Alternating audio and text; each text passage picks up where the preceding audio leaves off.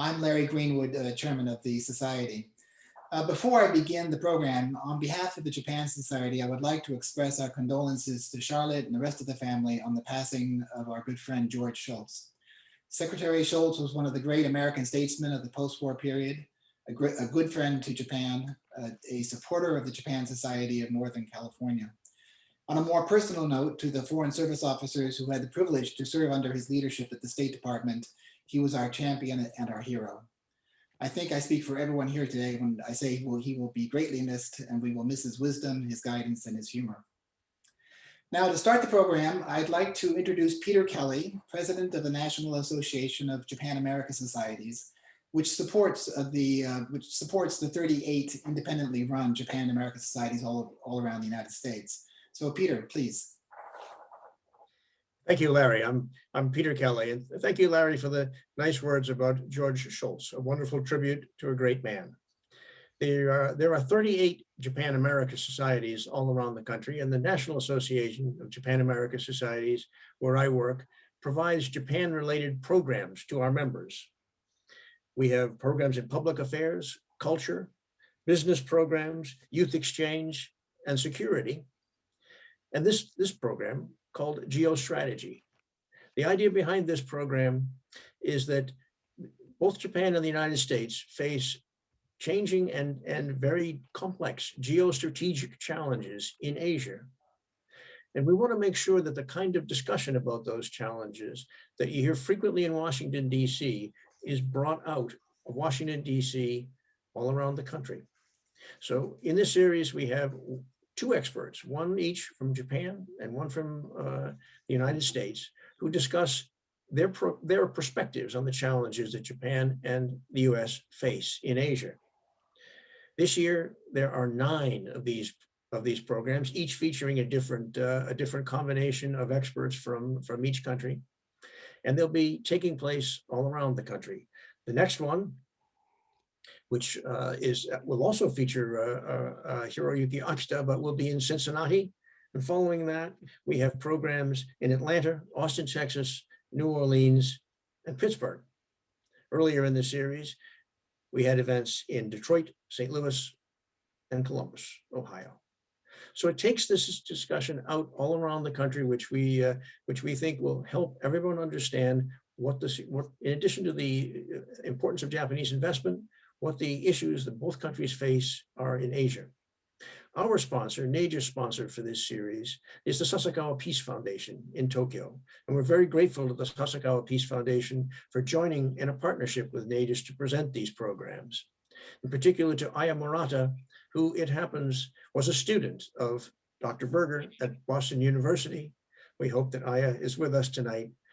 So we also thank the speakers. It's very generous of them to give their time to join us. We wish that it could be in person in San Francisco. Finally, let us thank the Japan Society of Northern California for setting up this meeting, which, as I look at the audience now, has over 225 people joining us. Larry, thanks again. Thank you, Peter. And that's 225 and climbing, so we'll have more people come as they sign on here. As Peter said, we've got 3 great speakers today, and they are Robert Madsen, who's kindly agreed to set the scene for the discussion today and serve as moderator. And he's the senior economist at David Hale Global Economics. Robert, who's an old friend of mine, is an expert on global politics, economics, and finance, who advises investment groups, operational companies, and government agencies. Robert will be followed by Hiroyuki Akita, a longtime Nikkei journalist and the newspaper's top commentator on geopolitical issues.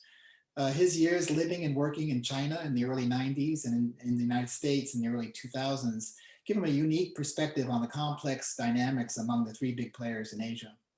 Following Hiro, we're pleased to have Thomas Berger join us from Boston University, where he is professor of international relations at the Frederick S. Pardee School of Global Studies. And Thomas has written extensively about Japanese and German foreign policy, including the fascinating issue of how history has shaped their post-war policies. So we'll start the conversation now. We'll have the opportunity for audience questions later, so please start thinking of your questions. You can pose them in the chat box or at any time actually during the program, or you can use the raise hand function during the Q&A and ask them orally if you would prefer. Also, please feel free to use the chat function to make comments during the program. You can talk to each other privately, but just make sure that you're paying full attention to the speakers because they're wonderful speakers. You don't want to miss a thing. But please enjoy yourself. So let's start with Robert, who'll set the scene for the discussion. Robert, all yours. Thanks, Larry. The topic we're looking at today is Japan's changing role in East Asia. Akita-san and Thomas will speak in detail about that, but what I wanted to do was sketch the global background. And the reason is, I think it's easy to get caught up in regional issues, think of these problems as regional when in fact they're global. We're at a time right now where the global environment is changing rapidly, and that has major implications for Japan's security. To make that point, I'm going to address three issues. The first is global geopolitical systems. The second is the geopolitical system as it's existed since 1945. And the third is what I'm calling Japan's missed opportunity. The conclusion that this will lead to is that Japan faces a really difficult situation right now. And I'm not sure where the answer is, whether it's a single policy or multiple ones, and how feasible they are. So the first point, what do I mean by global geopolitical systems? Obviously, no country is completely in control of its own fate. There are other countries that are its allies or its enemies, and the interaction between them determines how much space, how much freedom a country has to pursue its own initiatives. I'm going to use a couple of examples that may seem a little arcane at first, but I think that they're relevant. First one is what happened at the end of the Napoleonic Wars. The reason the wars occurred was that a great power, France, became much more powerful and ambitious and almost conquered all of Europe. To stop that from happening, the Allies, Austria, Britain, and Russia combined, essentially, to stop Napoleon. But that left Russia in a very powerful position. The other countries had all been defeated. Russia had not, and it had massive military power in the heart of Europe. So the question was, how do you get rid of Russia or contain Russia so that it doesn't dominate the system? And that's where Count Metternich came in. He was the foreign policy expert in Austria. What he managed to do was to create a new system.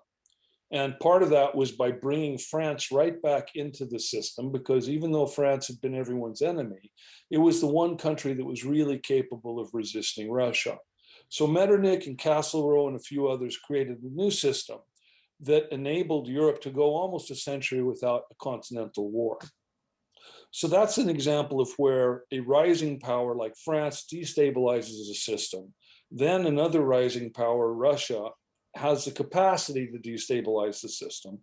And yet wise statesmanship creates a new system that manages to control those rivalries. The second example I wanted to use was Germany from 1870 onward.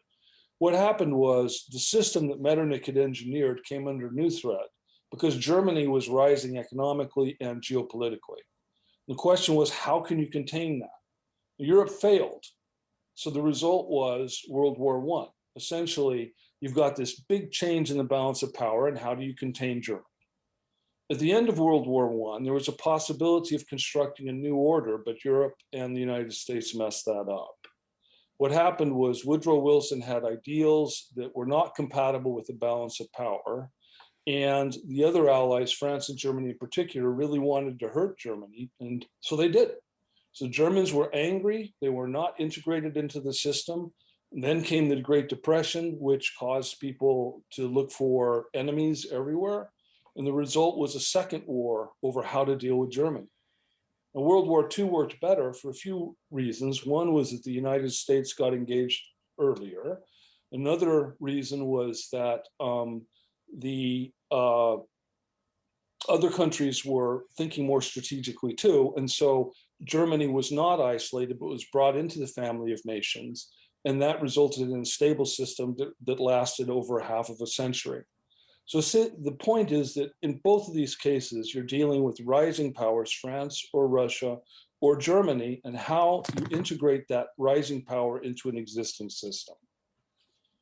Now, how does that apply to Japan, which is my second point, the post-1945 geopolitical order?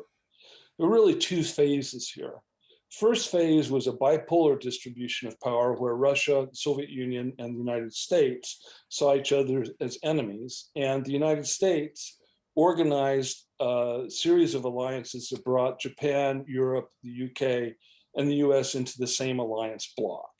And that was really good for Japan because it meant that Japan had a lot of power behind whatever Japan decided to do. And it worked well. The problem is that as other countries started to get stronger, that includes European countries, but China and others, by the late 80s, early 90s, the system wasn't as stable as it appeared, meaning that the United States wasn't going to be able to continue to dominate the non-Soviet sphere. And then, of course, came the collapse of the Soviet Union, which essentially enabled American power to remain preeminent around the world. What had happened was the enemy was gone, there was only one power, and therefore the United States could still dictate most of what it wanted. Japan is still in a good situation here because it benefits from the power of the United States and Europe in a world in which there are fewer enemies. The issue is that this system, which was on life support for 20, 25 years, is now ending. I mean, there's really no way that you can look at the international situation and come to a different conclusion. Trumpism obviously has attenuated America's commitment to Japan and everybody else. China's rise has made China a bigger threat. And then the phenomenon of Trumpism is not limited to the United States. If you look at the UK, Brexit, weakening of alliance structure in Europe itself, it's pretty clear that the old system is gone. And in many ways, we're in a situation like 1914, 1945, trying to reorganize a system where we're dealing with a rising great power. Which leads to my third point, which is Japan's missed opportunity. If we went back to the 1990s or the early 2000s, Japan had a chance to do something I think is really important.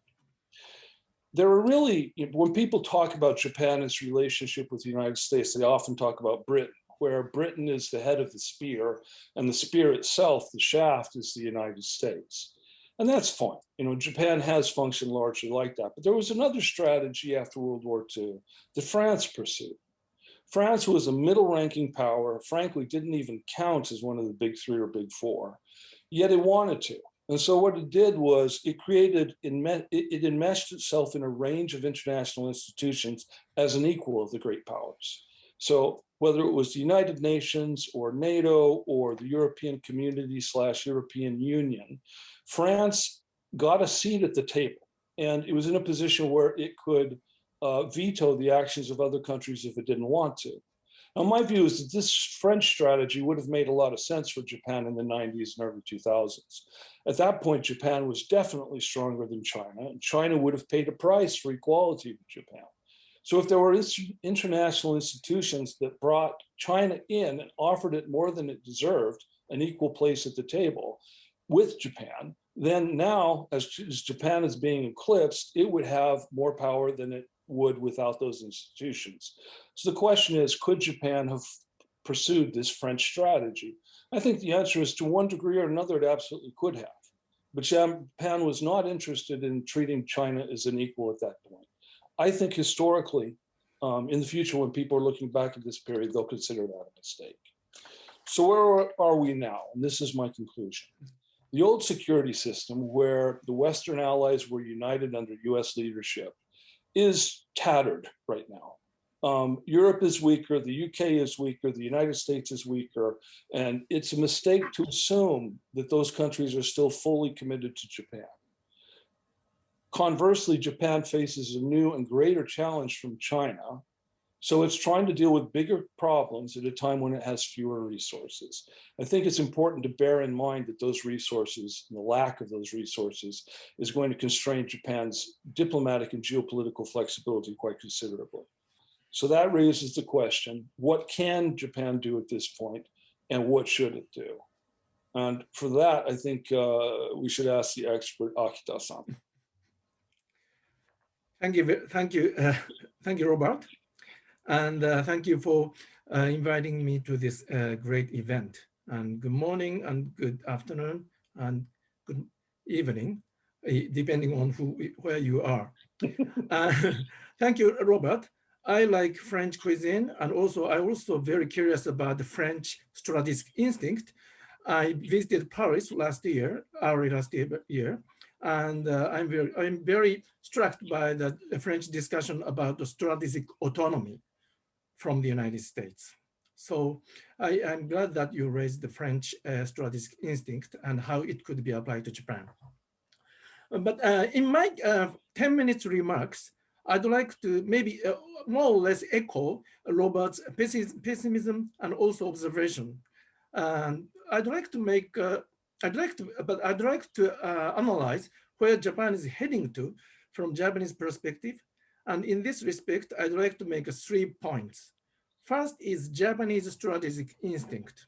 And second is geopolitical change around Japan that may deeply affect the Japanese direction. And thirdly, Japanese alternative future options. So first is a Japanese strategic instinct. I think that great power like France in past and now US and China try to design its grand strategy as they like and then try to pursue and then sometimes adjust. But the country like Japan cannot afford to do that. We cannot enjoy that kind of luxury. But instead, we look outside Japan and try to observe what is going to happen next, and then try to think best strategy to absorb shocks to survive. So Japanese strategy is, in a way, it's a chain of reaction, observation, reaction, and adaptation. So that goes to a second point. In order to understand where Japan is heading to, I'm afraid, but I will never ask this question to Prime Minister Suga or former Prime Minister Abe because they don't know. Japan, I would ask that change of geopolitical change themselves and then ask them, where are you leading Japan to? So this goes to a second point. What is the geopolitical change then? I would like to raise at least 3 fundamental changes. One is China, and second is North Korea and Russia, and third is US itself. China. Obviously, China is becoming more and more assertive and try to expand the sphere of military, political, and economic influence. For example, I don't go into detail, but in terms of military sphere of influence, according to Japanese expert, unfortunately, US and China's military balance of power is shifting gradually to be more favorable for China, at least in East and South China Sea, not in a global sense, but in Asia. Also, China is openly now says that China's political system is superior than US democratic system. And they emphasize that COVID situation now in China and US prove that. Of course, Japan, as a democratic country, will never buy that kind of narrative, but that narrative, unfortunately, seemingly appeals to some of the countries in Asia. And also, China's catching up to US in terms of the GDP, size of GDP, and it is estimated that it will surpass US GDP by 2028. So this is China. And North Korea and Russia also causing a fundamental change for Japan. North Korea not only must produce nuclear warheads, but now Japanese government assesses that they actually had deployed nuclear missiles that could hit Japan. This is for the first time. For the first time in the history, Japan is within the range of a nuclear ballistic missile of North Korea. It is almost like Cuba deploy nuclear missile that can hit US and intimidate US with that. And Russia is also becoming more proactive militarily, maybe due to the intensified confrontation against US. For example, number of incursion by Russian military aircraft to a Japanese air defense zone is increasing very rapidly. So then China and North Korea and Russia, and then thirdly, and most importantly, US. Most of Japanese, including me, strongly believe that US-Japan alliance is the only and best strategic option for Japan as of today. And I hope it will be the case, and it should be. But Mr. Trump treated US allies, US alliances as not as an asset, but as cost. And now Mr. Biden says, no, Mr. Trump is totally wrong. And he says that US makes much of alliances. So which is true? Of course, we would like to believe that Mr. Biden is true, but we wonder if how much extent Mr. Trump's attitude reflects some part of US changing behavior to the world. So this is the third element. So all these three potential geopolitical changes together, they will stimulate gradually Japanese strategic instinct and maybe could bring the wake-up call, though Japan is very, very slow to wake up strategically, as Robert described, but at least it is stimulating. So that goes to the third point. What would be the alternative option if a US-Japan alliance approach could not be sustainable, or at least could not be sufficient to secure Japan? I don't want to see that, but let's think about it. In that scenario, theoretically speaking, I think there are only 4 options. Option A is to further enhance US-Japan bilateral alliance. Japan have to contribute more militarily and economically, financially. Option A dash is to establish multilateral security framework in Asia to supplement US-Japan security alliance. Actually, former Prime Minister Abe has been had made utmost effort to pursue Plan A dash, that is a Quad, cooperation between US, Japan, India, and Australia. And then Suga inherit that approach. Now Japan is somehow successfully institutionalized this Quad foreign ministry meeting, and maybe it is likely that they will have a first leader Quad meeting, maybe virtually. But let's say this Plan A and Plan A dash may not be sufficient again to secure Japan. Then what will happen? Third option could be Plan B, that is to reduce, for Japan to reduce security reliance on the US security umbrella, and then try to enhance independent defense capability. But this is very, very difficult because China's defense budget is 4 times bigger than that of Japan. China's GDP is about 3 times bigger than Japan. China's population is 10 times bigger than Japan. So Japan could further increase its defense capability, but it may not be able to catch up with that of China. So last point is, then what is the option left in that case? That is Plan C, and worst, most painful option, that is to unwillingly embrace China's sphere of influence.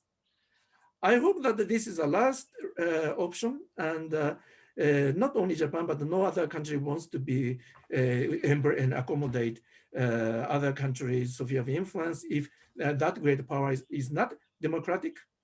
So in order to avoid that, maybe Japan have to think more strategically from now. Thank you. Before moving on to Thomas, I have a question for you, Hiroyuki. Yeah. And that is, you mentioned that the Japanese government is not thinking about some of these bigger issues very well.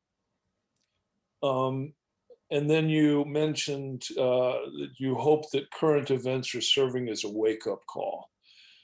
My question, I want to pursue that question of a wake-up call. Often in international affairs, the wake-up call is a disaster. You find yourself in a war and then you wake up and start thinking. What would it take for Japan to have a wake-up call and start thinking more realistically about these things? I think that wake-up call is already ringing. There is a number of incursion to sea territory of Senkaku Island by China's patrol vessels. It is drastically increasing. It is visible. And as I said, Japan is waking up to understand that Japan is now within the range of nuclear ballistic missile of North Korea.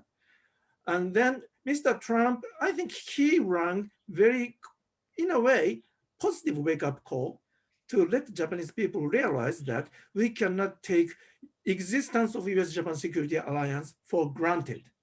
So I think that that will help and push Japan to pursue more seriously for Plan A dash, because Plan A is not enough. Plan A dash. So that is where we are now. Okay, thank you. Thomas, what are your views on this subject? Here. I just want to thank everyone, Sasagawa Foundation and the Japan Society of Northern California for inviting me. I also took a quick peek through the list of attendees, and I saw many friends on both sides of the Pacific joining us, and it's really a pleasure. I'm also very glad to share the stage, and I would be remiss not to mention that Hiroyuki Akita-san is not only a great commentator on East Asia, but he also is a proud alumnus. We are proud of him, of Boston University. So I'm glad to be here with him. I'm going to say a couple of things. First of all, about the United States, and then about U.S. strategy and how it involves Japan. I do want to just quickly, in sort of responding to the flow of the conversation, to say something a little bit about the balance of power. And I think many of the sort of realities which Robert and Akita-san are pointing to are very real and very serious. But I'm going to be the optimist this time. Not that optimistic.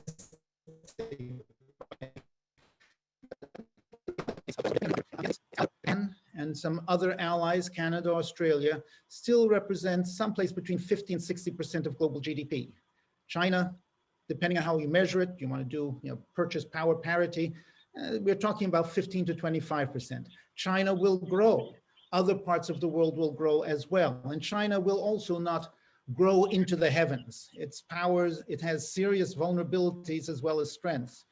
So I'm a little bit more optimistic about our ability to be able to withstand China, to defend it, and if necessary, and we already do that, to deter it from aggression and expansion. So let me just quickly put that footnote there, and let me just then say a few words about first, the U.S. and then U.S. strategy involving Japan.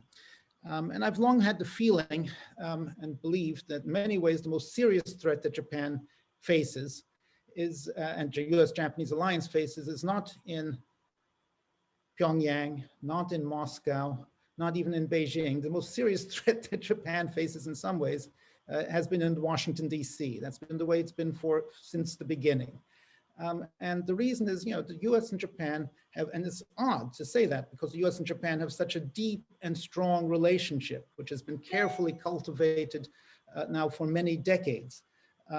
Japan relies enormously on the United States for its security. The United States in turn, and every once in a while, policymakers in Washington, D.C. tend to forget this, but the United States has a great deal of difficulty projecting power and acting effectively in the Asian realm without Japanese support. And while we have many disagreements, our interests are not identical.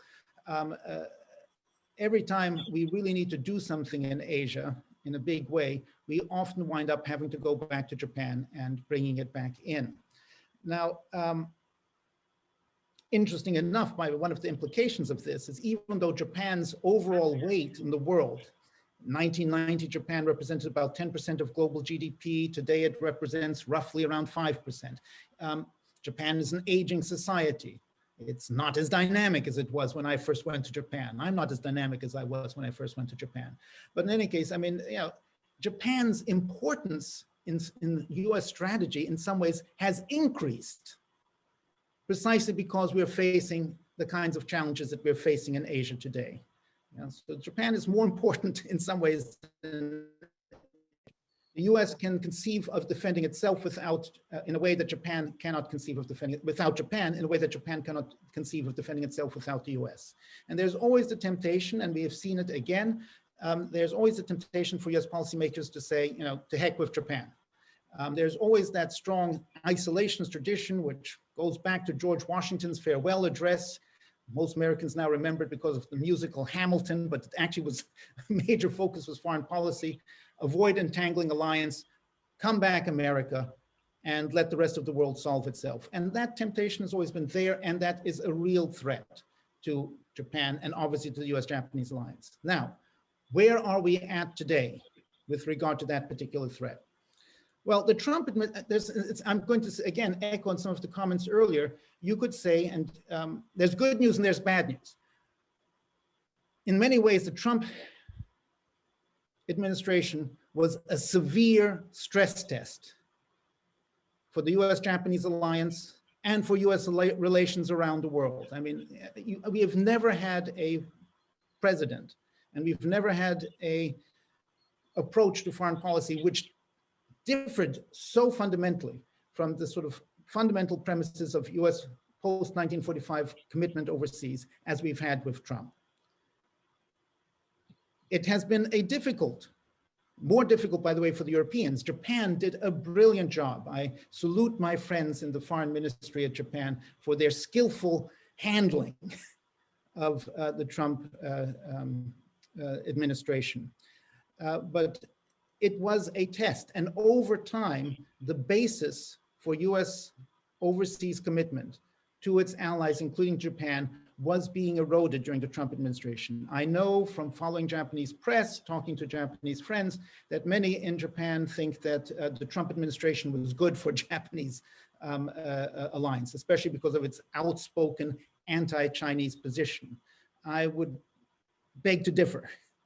You know, it wasn't that healthy. So Trump administration stepping back, disappearing, having a more traditional Biden administration coming in is good for US-Japanese relations in the long run. It is also interesting to note that even though Trump had an America first rhetoric, in various ways, American support for the alliance is increased. If you take a look at Gallup polls, Pew polls, support for the US alliances overseas actually increased during the Trump administration. And if you take a look, including in the Republican Party, and if you take a look in the Democratic Party and across the American government in different branches, you saw in many ways a reaffirmation of the fundamental lessons that the United States drew from the first half of the 20th century. That is, if we want to prevent threats that could threaten the United States directly in the way that the Zimmerman telegram, the Lusitania, or Pearl Harbor threatened the United States directly, we need to maintain a forward posture in the key parts of the world. Okay? That consensus has held. So that's the good news. There's bad news. And I think actually Robert and others were correct. The roots of the populist backlash that Trump represented against American elite politics, both domestically and internationally, they're still there. We are still in a deeply divided society. Biden administration is coming in. It seeks to heal those divides. I think I wish him the best of luck because the roots of these divisions are deep. They're going to continue and they're going to preoccupy American foreign policymakers for some time, both in the Biden administration and forward. I wish it were different. I'd love to see it develop in different ways, but while the consensus is still there, the energy that the United States has to implement any of its foreign policy strategies are going to be limited. unfortunately. All right, so let's stop talking about us, the US, always a great subject. Let's talk a little bit about US strategy towards Asia and Japan's role in it. We are going back in some ways to our traditional foreign policy in East Asia, the one which has been emerging also and take the particular forms that's been taking. If you take a look, and I could talk a little bit more in detail about the personnel who are coming in with the with the Biden administration, we are seeing familiar patterns emerging. I'll say, Kurt Campbell being appointed as the special advisor to the White House on Asian policy, I think is a clear indication of this. And we are pivoting back to the pivot in some ways. There's a great deal of dissatisfaction with the pivot, with good reasons, but the basic strategy and the consensus in favor of that strategy remains. The United States now wants to focus on China as the main challenge that we face. The various principles, if you listen to Jake Sullivan, the new National Security Council advisor, if you listen to Blinken, if you listen to Janet Yellen, even on the Treasury side of things, we are seeing the same pattern of language. And we can go into more detail about what that means. The pivot, however, differs in some ways today from what it did before. And without going too many details, I think one thing which has happened, it predated, it was developing before the Trump administration came in, but it culminated most clearly with Mike Pompeo's speech in front of the Nixon Library.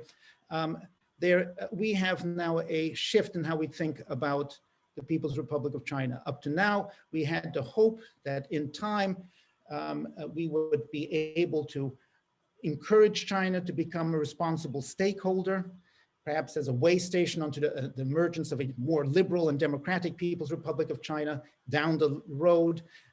This has been the sort of assumption, the fundamental assumption for American foreign policy since the 1990s, Clinton administration. While we still hope that, you can't push American foreign policy without some kind of commitment to those values. We're not holding our breath. We understand, and I think this is true across different sectors of the American political system, elite and otherwise, that this is not going to happen anytime soon. And that we're going to have a much more hard-nosed approach to the People's Republic of China. What does that mean? Well, about 2 years ago, Henry Kissinger in a talk said, we are not yet in a Cold War with China, we're in the foothills of a Cold War with the People's Republic of China. Right now, I would say we're now standing in the shadow of the looming peaks and crags of a Cold War. This Cold War, in many ways, is going to be much more difficult if that's where we're headed than the old Cold War.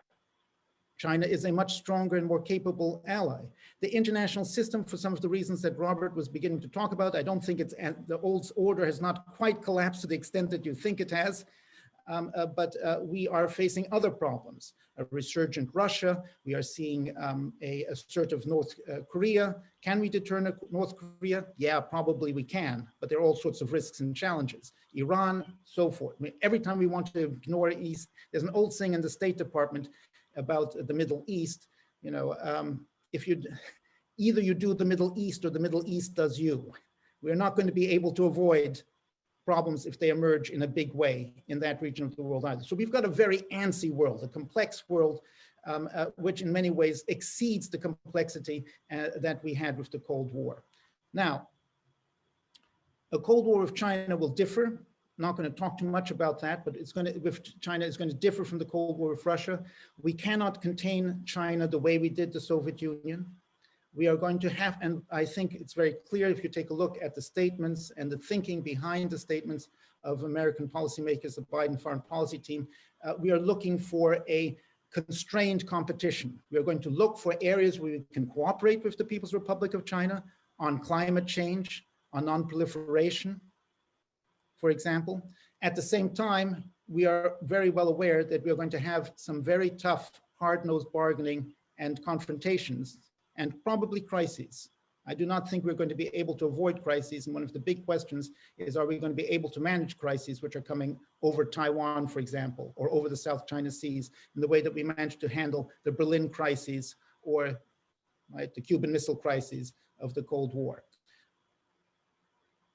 We're going to try to manage those crises. We're going to have these confrontations, even while at the same time, we're going to have to cooperate with China much more. That's the picture, that's the vision. Are we going to be able to pull that off? And where's Japan going to fit? Well, Japan will continue to be the central player in implementing this strategy. The particular problem that we face, and this is what I'll leave as a final penultimate point before I come to my conclusion, is that in order for us to operate this way, the US-Japanese alliance is going to require much closer cooperation than we've had historically. Japan was the key US ally during the Cold War, but during the Cold War, Japan was relatively insulated. The Japanese were able to step back and regard the confrontations, the war in Korea, the war in Vietnam, the Soviet military buildup as, to use the nice phrase, taiga no kaji, the fire on the opposite side. Periodically, Japanese policymakers like Nakasone would cooperate very closely with the United States. But on the whole, the Japanese did not have to integrate their strategies and their thinking as closely as we may need to do in dealing with the People's Republic of China and this particular set of challenges on issues like high technology, exports, cybersecurity, as well as a multitude of different types of issues. And not only is that, not only do we have to do that and develop new patterns of cooperation with China, with Japan, but we're also going to have to do that together with other allies, the members of the Quad, and perhaps an expanded Quad, what some people are talking about, the Democratic 10, or we can talk about that later.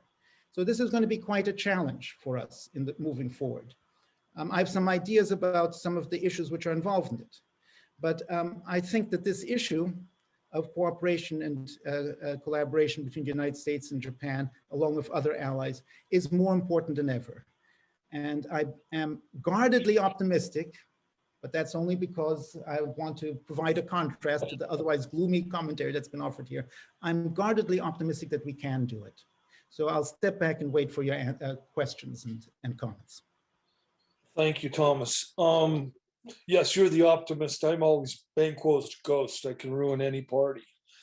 I really like your point about the tendency to overestimate China's power.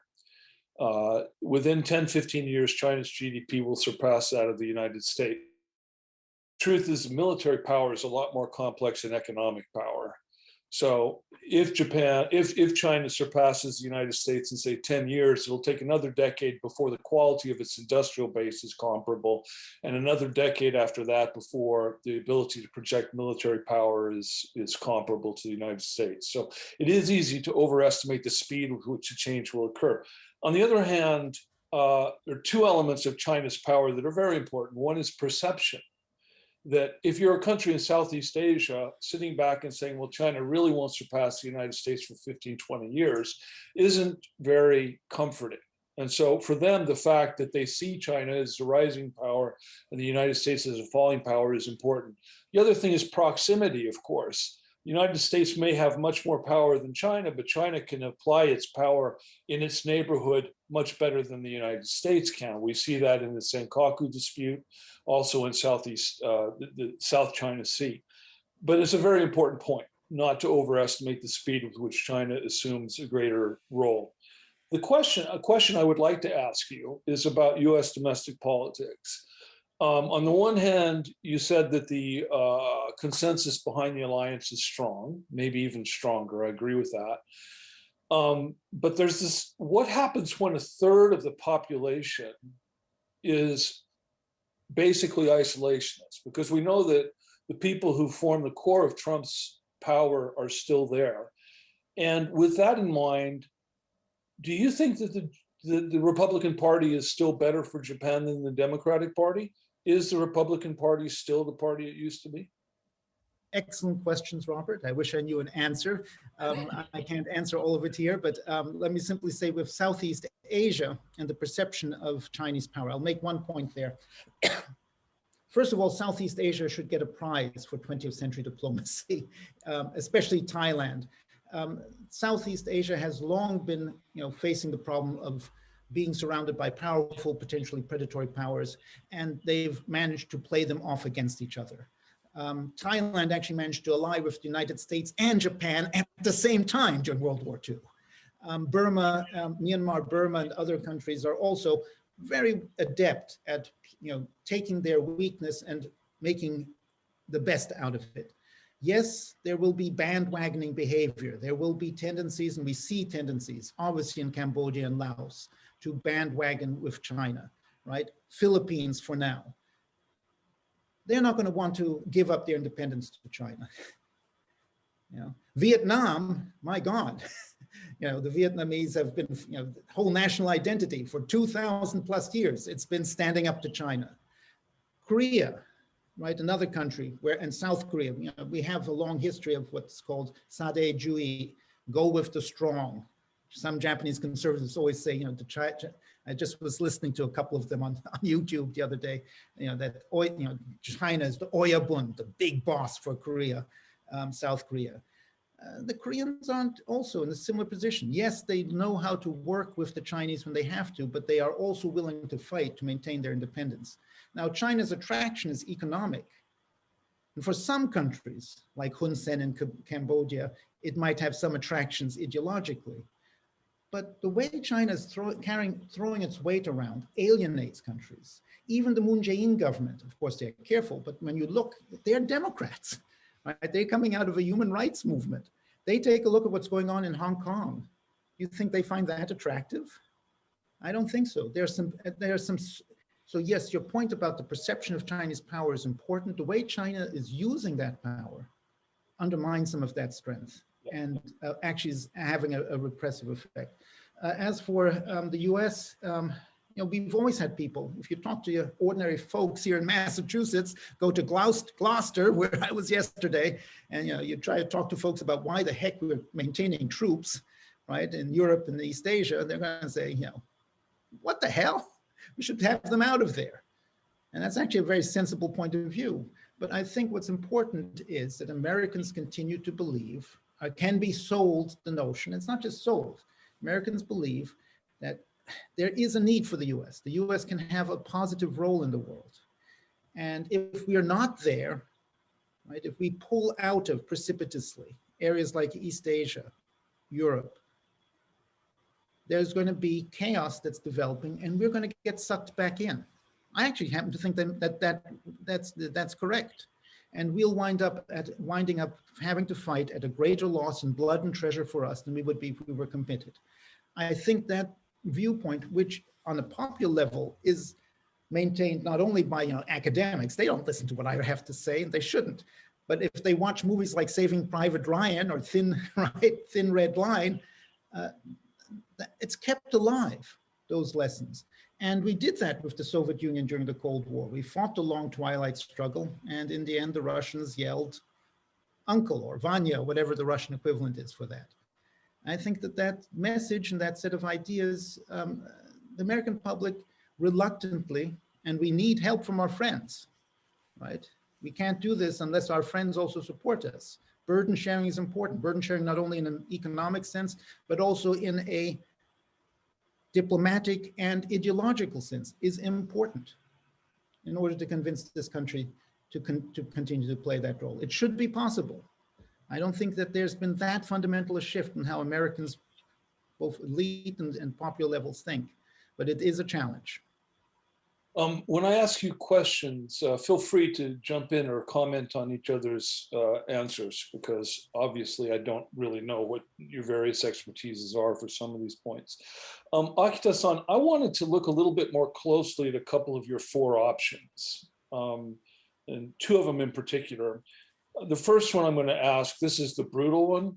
This is the one that everybody thinks about but doesn't like to talk about, which is nuclear power, nuclear weapons, because you're describing the need for Japan to develop more self-defense capability and saying that Japan doesn't have an advantage because China's economy is so big and growing so fast.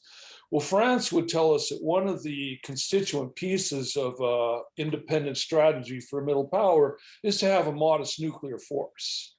So the question is, if Japan needs more ability to intimidate or to deter North Korea and China and possibly Russia, is not nuclear weaponry an important part of that strategy? Thank you very much. Japan have experience of Hiroshima and Nagasaki. So Japanese people psychologically have a very strong allergy to a nuclear option. But as you described, a rationale for Japanese strategy tells that maybe there will be a need for more discussion or consideration about the non-conventional deterrent capability, because Japan is surrounded by North Korea, China, and Russia, and they all have a huge amount of nuclear missile. So in the government, as journalist, I sometimes interview government officials, and I don't see any serious discussion about a nuclear option because they believe that U.S. Japan Security Alliance is sustainable, and they are, as I said, they are making utmost effort to pursue Plan A dash to establish security, multilateral security cooperation to supplement. But yeah, your question is hypothetically, if we will lose strong U.S. Japan Security Alliance, what will happen to Japan? Then it is logical to think that Japan have to consider about how to deal with the nuclear threat by its own. In that sense, I think there are 4 options. One is for Japan to accommodate US nuclear missiles in Japan. Or second option is double 2-key system, like a West Germany during Cold War. US and Japan will share the nuclear missile under 2-key system. And third option could be a nuclear sharing between US and UK. UK have its own nuclear, but it is co-developed by US.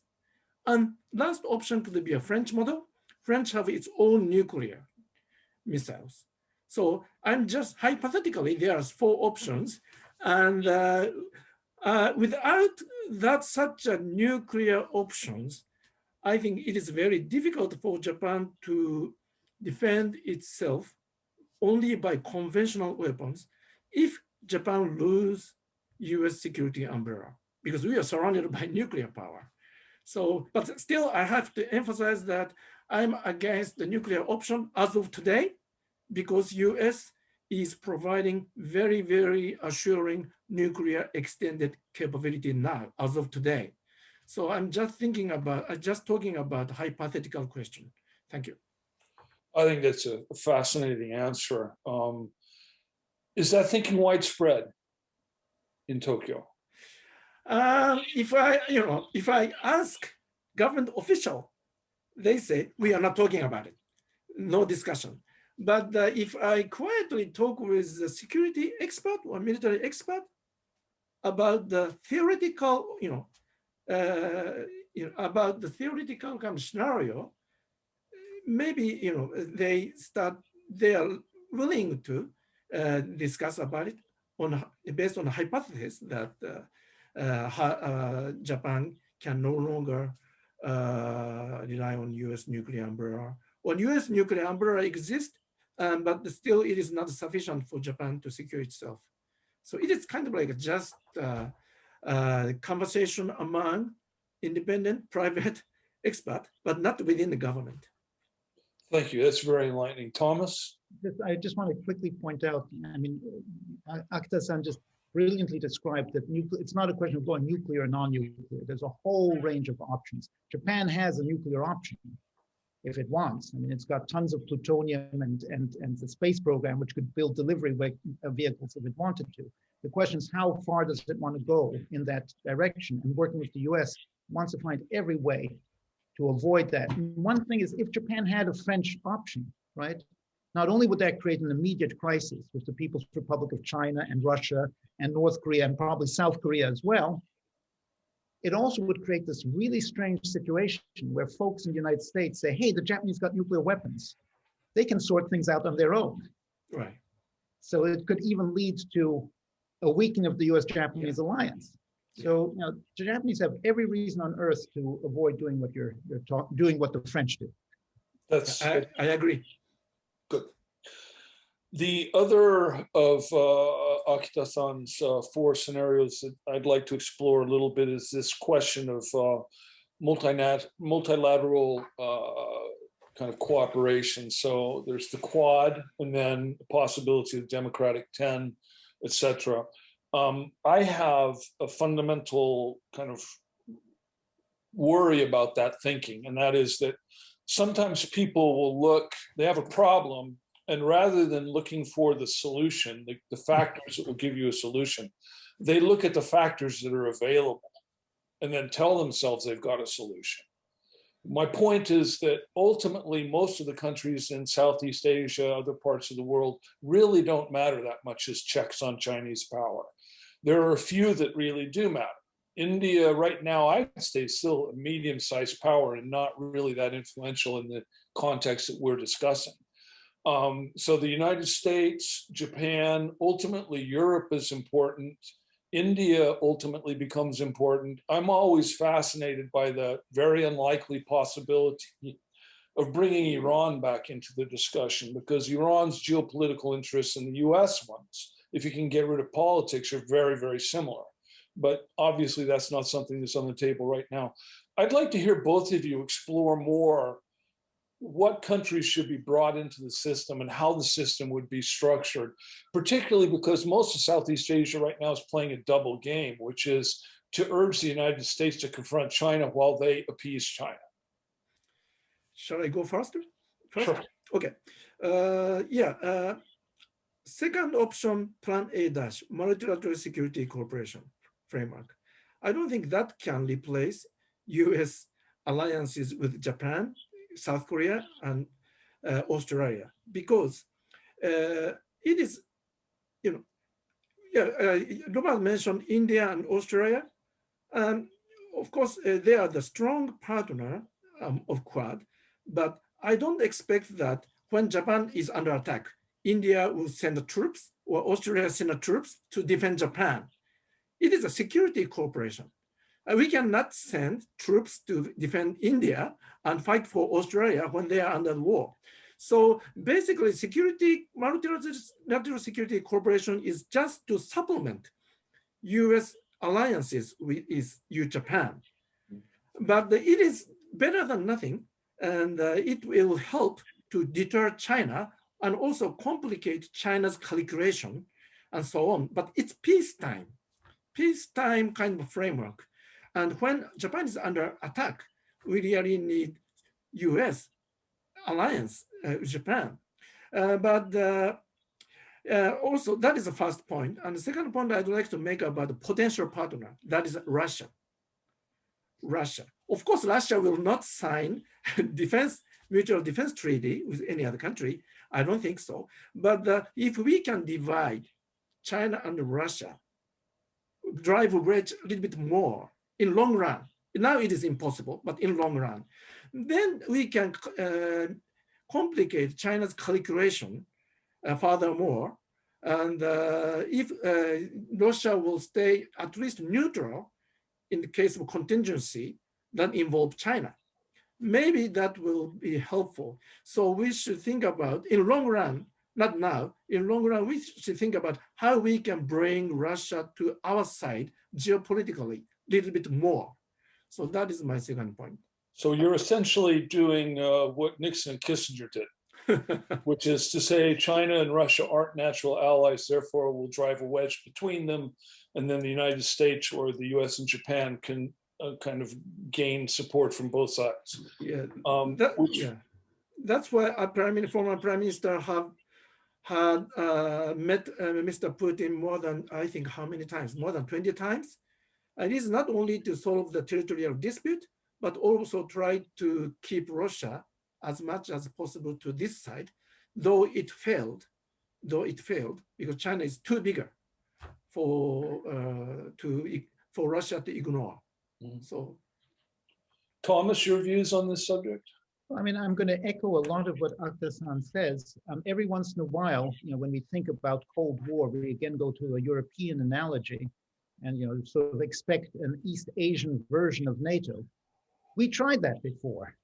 It was called the Manila Pact and the Southeast Asian Treaty Organization. And there was even on the board, one of my favorite sort of ideas for an organization that never came into existence, the Northeast Asia Treaty Organization, which would have been called NITO. I would love to have an organization called NITO, but it didn't happen for the reasons that Akita-san just pointed out. The region is too diverse politically. I mean, Europe is compact and narrow, right? Relatively speaking, in geographic sense. There's a long history of regional cooperation going back many, many centuries. That doesn't exist in the Asian context.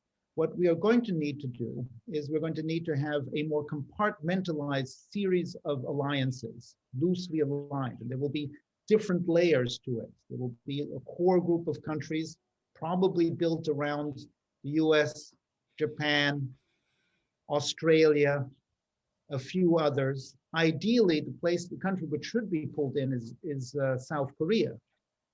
But there are real problems with that, both strategically and unfortunately because of the tensions between Japan and South Korea. By the way, the Japanese should expect that, given the lineup in the Biden administration, we're going to go back to discussions about enhancing Japanese-Korean cooperation because of the North Korean issue.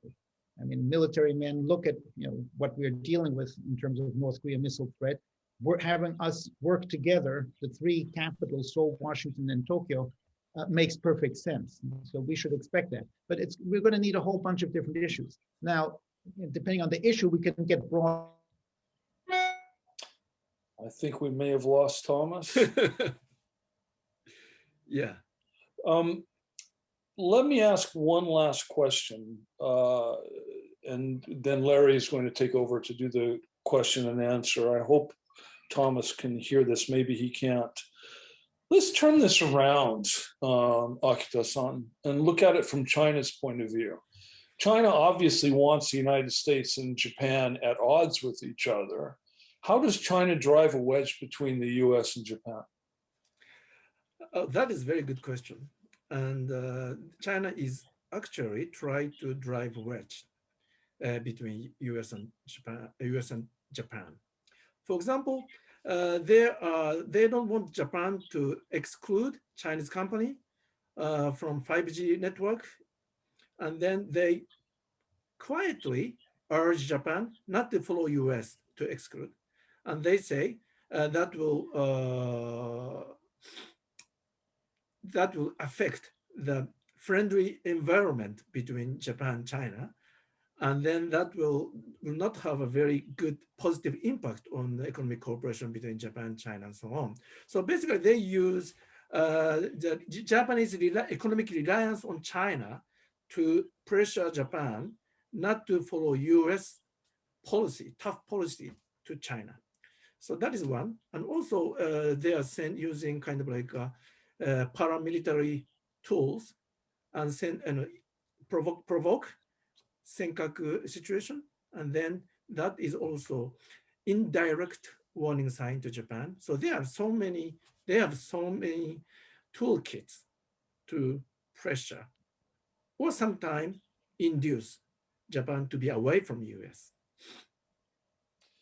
Well, we have taken more than our allotted time. So Larry, would you like to implode some discipline on us? I'm not sure about discipline, but yeah, let's turn to the audience for some questions. We have that's our first audience member will be Evan Reed, who is also a former Foreign Service officer. Hi, thanks, Larry, and thanks to our speakers. This has been a fascinating discussion. My question, I mean, in my Foreign Service career, I kind of bridged Europe and Japan. I served for a bit in Japan. But also on the NSC as a director for Western Europe. And I'm just wondering, what role do you see for, the UK, France, maybe to a lesser extent, the EU? How can they maybe complement the U.S.-Japan security relationship or the Quad? I think both the UK and France seem to think that they are still Pacific powers of some kind. I saw that the British are sending their brand new flagship, the aircraft carrier Queen Elizabeth II, to Asian waters and Pacific waters, and they're going to be drilling with the Japanese. How do they fit in to this picture as well? Japan recently had the 2+2 ministerial meeting with UK, that is foreign minister and defense minister, each side joined together and had a video conference.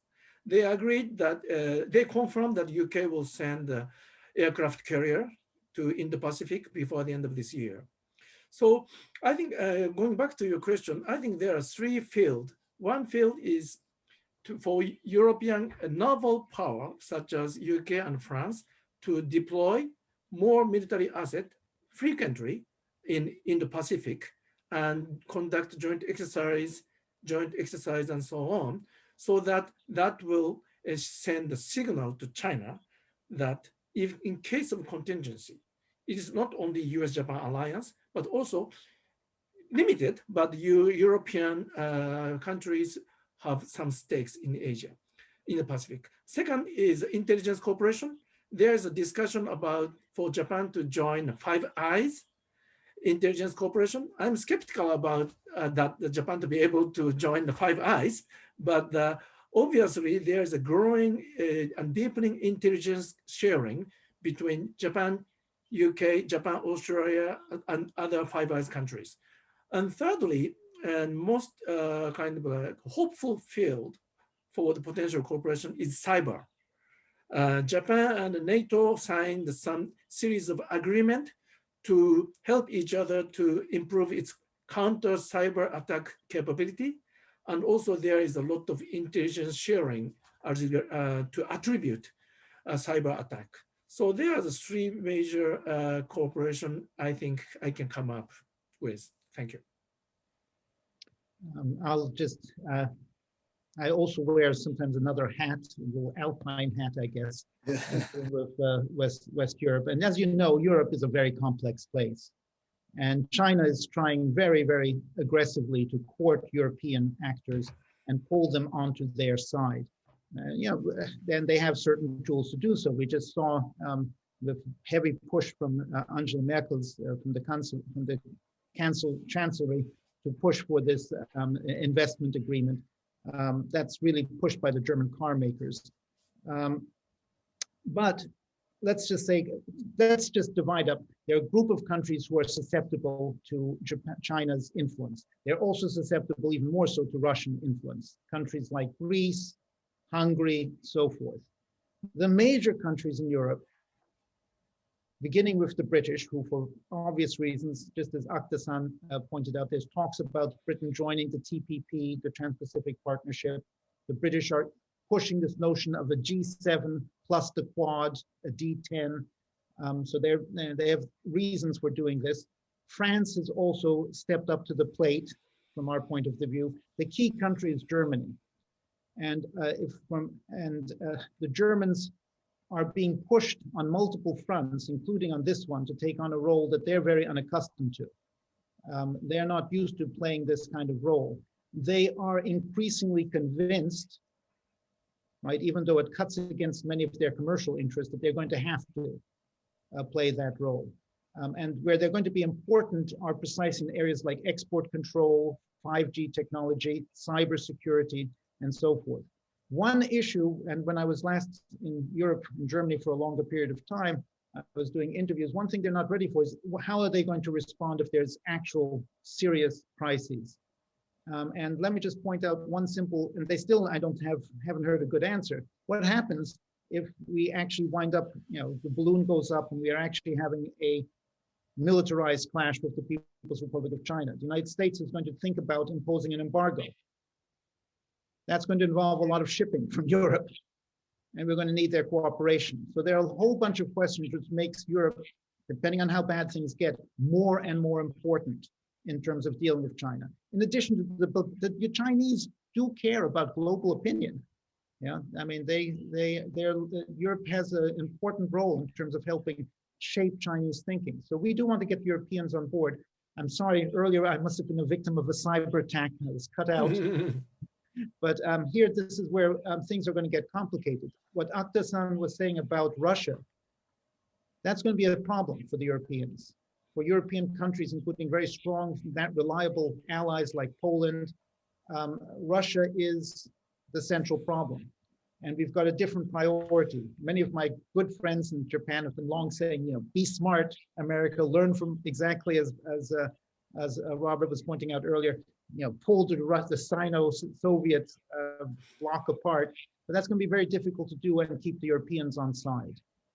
I just want to point that out. There's one other element, one other way in which Europe, I think, could help Japan and the United States, and that's by coming to terms with Europe's own problems. There are a few factors. The United States the United States was never fully comfortable with the international role that Europe was playing. To a certain extent, it was like Japan, trying to avoid problems as much as possible. But Europe is weaker now than it was 5-7 years ago. Trumpism is not just an American phenomenon. It's hit all the countries in Europe as well. It's reduced support for international institutions. And then there's the damage that Trump and the United States have done over the last several years. But until the UK can figure out what it's going to do going forward, and the countries can start cooperating more and kind of operating as a unit, I think Europe's ability to check Russia and also to help with economic and other problems regarding China is going to be limited. So overcoming domestic problems and revivifying Europe's institutions, I think, is critical. Great, thanks. And thanks, Evan, for the question. Next question was from Keith, who's actually left the conversation, but it's a good question, which is, I think it was Akita-san mentioned that Mr. Trump treated alliances as costs, not assets. His question was, how does the Japanese public feel about the U.S. Japan Security Alliance? And actually, this is a question for both of you, I think. In fact, would there be, how much appetite is there in the Japanese public for even increasing that and increasing Japan's role in that, and increasing Japan's security role in Asia more generally? Yeah. Actually, first of all, including me, Japanese people got shocked to listen U.S. President for the first time openly criticize U.S. Japan Security Treaty and complain that it is very unequal and unfair. But then we think about it, and we understand his rationale in some degree. So short answer to your question is that Japanese public more or less understand the logic of President Trump. Though emotionally, Japanese people get kind of upset, but Japanese people and Japanese public realize that maybe in order to sustain U.S.-Japan Security Alliance in the midst of the rise of China, Japan have to make a more effort from Japanese side, financially and militarily, to sustain it. So in that sense, his rhetoric was, his rhetoric was very, very, how can I say, must have been a little bit more sophisticated, I think. But he ran very quite positive wake-up call for Japan to be able to think more seriously about how we should sustain this alliance. And secondly, according to a public polls, it shows that after Mr. Trump's remarks didn't hurt Japanese political support to this alliance. Rather, Japanese people support the alliance, U.S.-Japan Security Alliance, more after Mr. Trump, because, and not necessarily more, but it didn't decrease because of the security environment that we are facing. Thank you. Thomas, do you have something? I'm going to second. If you take a look at public opinion polls in Japan, you look at different options. The Japanese Prime Minister's office, the Kante, has long held, has great time series data available online. Since the 1970s, Japanese public support for the U.S. alliance has been very high. If you probe it a little bit more closely, I'll say something about Europe in one second, but if you probe that a little bit more closely, it's not like the Japanese are wildly enthusiastic about the U.S.-Japanese alliance. It's more like a sort of shikata ga nai. I mean, what are the options, right? And the other options just don't look good.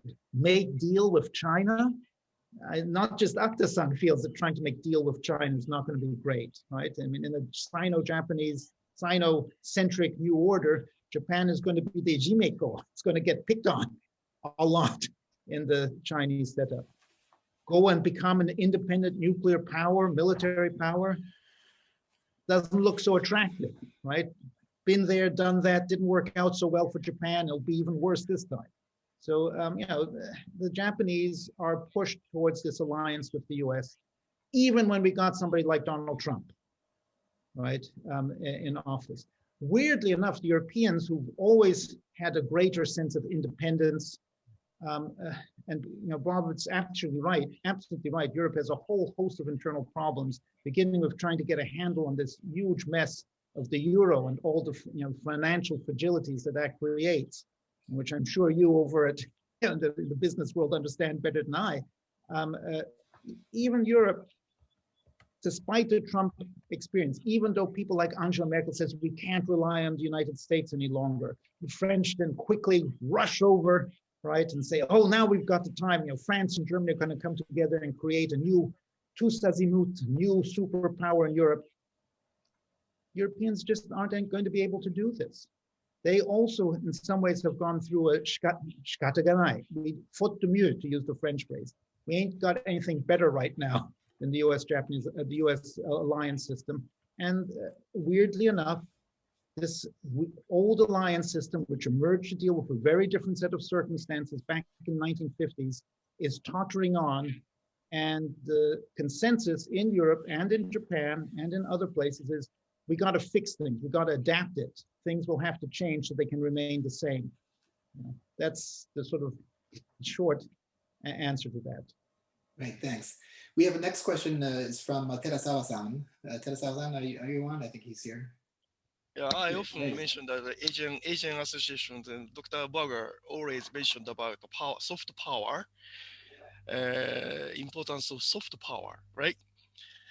So in terms of soft power to support democracy and freedom, South Korea and Japan both has a very influential soft power within the United States. But now, as already Dr. Berger mentioned about the conflict between South Korea and Japan. Also, within South Korea, Asianist is rise up and more inclined accepting Chinese role. So it's a kind of competition between South Korea and Japan, as you know, European comfort women issue, so many issues, And South Korea has a strong soft power within the evangelical Christian within the United States, which is a part of populism within the United States. So therefore, I'm really worried about South Korea, Japan, lack of historical reconciliation to otherwise, American foreign policy would be confused or divided between South Korea and Japanese kind of influence within the United States. What would you think about this? First of all, I really think that Japan and South Korea should make more effort to reconcile each other historically. And Japan could make more effort. Having said that, I wonder if how two countries can overcome the history and cooperate. One condition is to share the strategic goal. For example, South Korea and Japan reconcile and normalize its relation in 1965 because we both of us faced the threat from Soviet Union and North Korea. But Soviet Union collapsed 30 years ago, and now China emerged as a great power, and the South Korean economic reliance on China is much bigger. Now it's bigger than Japan and US together. That's right. And also geopolitically, they are part of a continent while Japan is divided by sea. So I think that one of the challenge is that how we can overcome this difference of the strategic calculation. That is very difficult. And during World War II, Stalin and Roosevelt cooperated each other, not because they reconciled about past history, not because they like each other, but they share the strategic purpose to defend, to win the war. So sometimes country can cooperate, though they have a kind of a bad relation. So that, but still, I hope that, yeah, so I think that, still, I think that Japan should, and South Korea also should make more effort for the reconciliation. But the key question is the diversion of grand strategy, both Japan and South Korea vis-a-vis China. That is a serious cause of this tension. I would agree with a lot of, but as again, I find myself in agreement with Akita-san on a lot of points. I will just re-emphasize one thing about Korea's strategic location. The Koreans, one should not interpret them as being necessarily subservient always to China. They want to maintain their independence. Korea is an important ally. If we have a reunited Korea, it would become even more important, its strategic weight. When we take a look at different issues, not only North Korea, but for example, let's say Samsung, in terms of maintaining control over chip technology, Samsung, along with Taiwan's TSMC, is one of the key players. If we want to keep dealing with limiting the flow of technology to People's Republic of China in critical areas. So, we shouldn't give up Korea right away, and there are reasons to think that we have some chances. It's not inevitable that South Korea and Korea as a whole will orbit. North Korea doesn't like China either, right? Very much. We don't have to assume that it's automatically going to wind up, for historical reasons and geographical reasons, to be part of a Chinese empire. We shouldn't give up that easily. There are problems between Japan and Korea. They have to do with the political cultures of these countries. There are real resentments. Those resentments, and there are 2 points I'll make about reconciliation, and I'll stop. One, this is for Korea, my friends in Korea, and I have had the opportunity to talk to Korea and in Korea about these issues. For apologies to be given, they have to be accepted. Yeah. If the Japanese feel that they've tried multiple times to begin a conversation and they've been slapped down, and the Koreans need to be more receptive to this aspect of the reconciliation process. Now, the other side is, and this I say to my friends in Japan, this is not all dechiagerata. This is not all stamped out of the ground by the Koreans. Yeah. You cannot expect the reasons for the problems also have social roots in Korea. And to change those views, just like in the United States, we have history problems too. Look at our fight over the Confederate monuments. We are dealing with some big historical problems, and it takes a long time. It's not this notion that we had in previous agreements, right, with the Comfort Women Agreement during the Obama administration, when Park Geun-hye and Abe shook hands with Obama, looking behind them, pushing them, and then to expect that to be a final solution to the problem, that's not realistic. Any more than you can expect with some symbolic gesture in the United States if we're going to solve the problems of race relations in this country. You have to understand that this is a long, ongoing process which will require both sides to work with each other. And so we can have tactical agreements, right? And we've had that in the past. 1965, right? Shinamoto went to, Shina, the Prime Minister, not Moto, but went to China, to South Korea, and we had all kinds of celebrations, and it didn't last. We can have tactical agreements of that sort, but I think if you really want to change things in the long run, you need to you have to expect and embark upon a long-term project. That's right. Yes. Hey, thanks for that. We have time for actually we're already over time, but we'll have one more question, and from the younger members of our audience, who is also an ex-staffer from the Japan Society, Wesley Yi.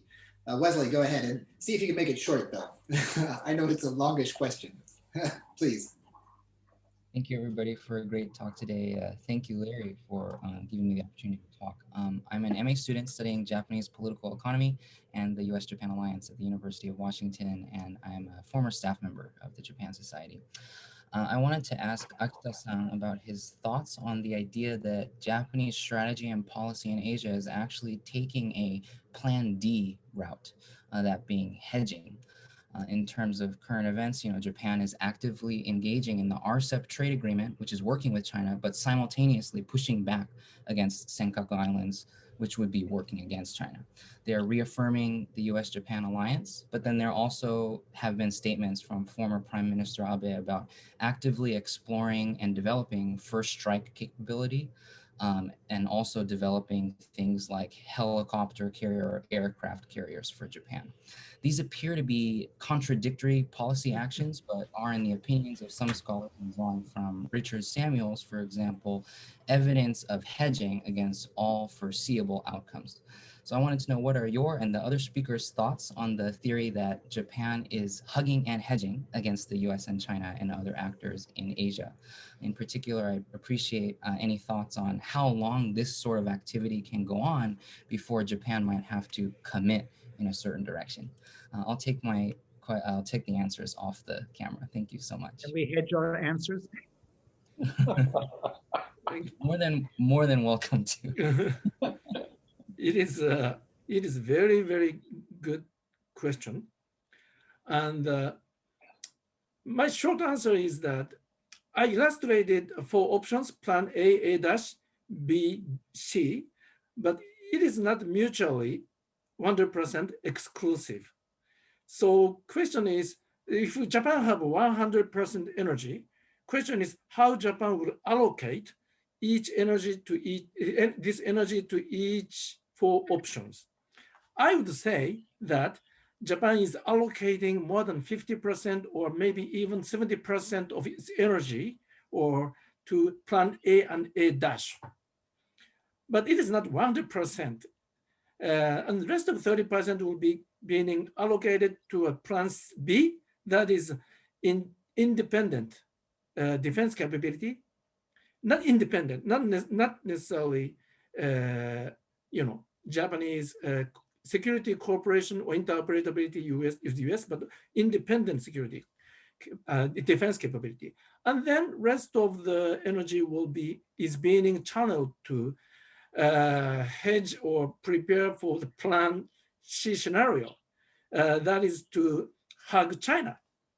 So, but proportion is much smaller, and much more smaller proportion of energy is being channeled to plan C, because Japan predict that Japan will be able to maintain plan A and A dash option in foreseeable future.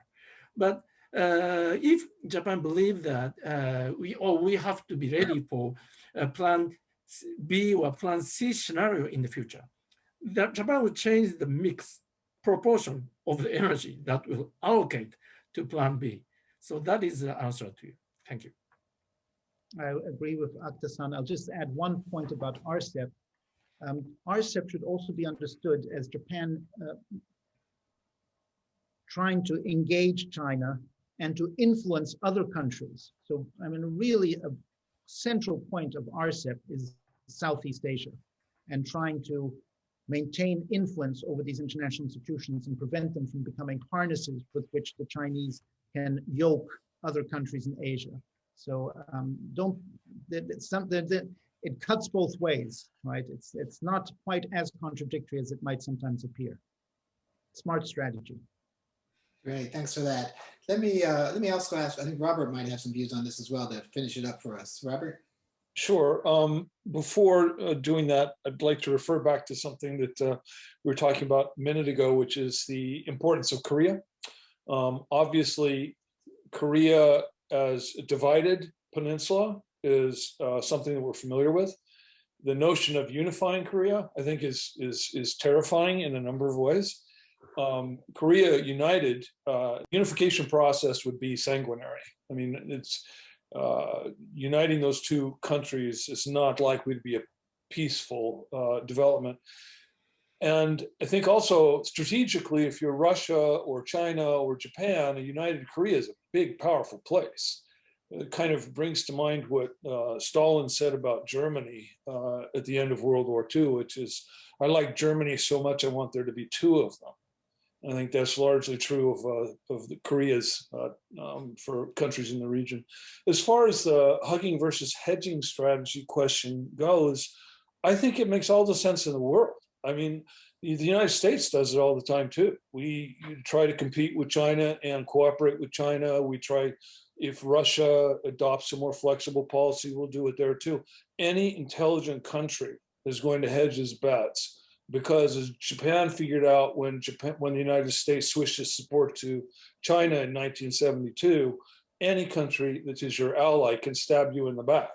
And then you've got to deal with all kinds of problems. So hedging is as necessary in the geopolitical world as it is in the financial world. You've got to do it.